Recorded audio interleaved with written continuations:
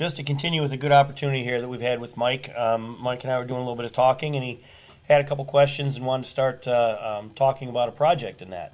And I think that this is good topic and good conversation for us. So, Mike, let's talk about what your questions were that you had, and go from there. My question was about drainage.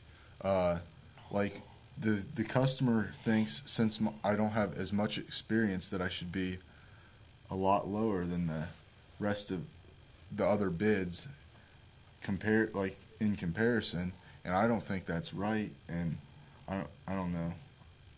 From there, I was just asking how do you think I should bid on that? All right. I mean, it's interesting, that people have that perception that since you don't have experience, you should be cheap. Well, you're obviously smart enough to realize that if you don't have experience in something, you need to, talk and go seek a little advice in that.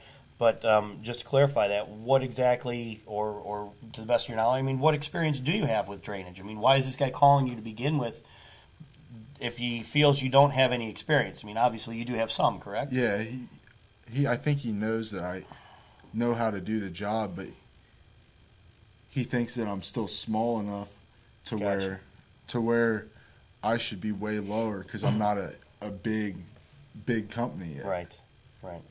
Okay.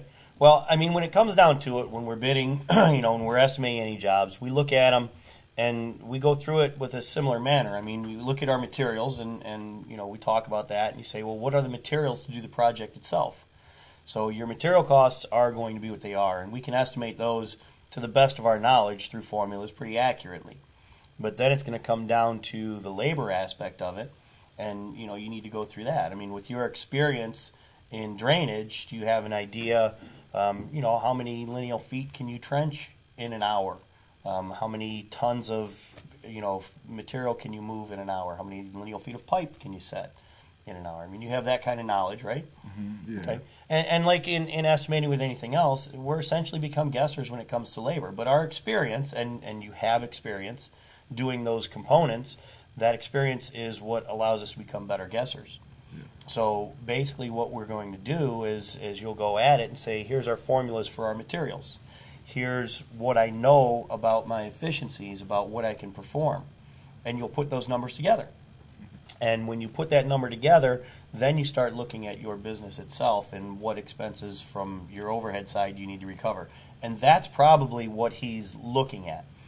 He's not trying to insult you, I'm sure. What he's saying is you're a lower overhead company. Yeah. You don't have, 20 trucks on the road and 30 full-time employees or something. So he's hoping that, could work to his advantage, whereas it might work to your advantage also, because you do have that lower overhead. The key to it is that you understand your material costs, understand your labor, understand the cost to run your business.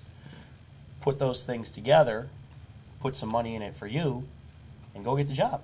All right. If you sell it for your price, it doesn't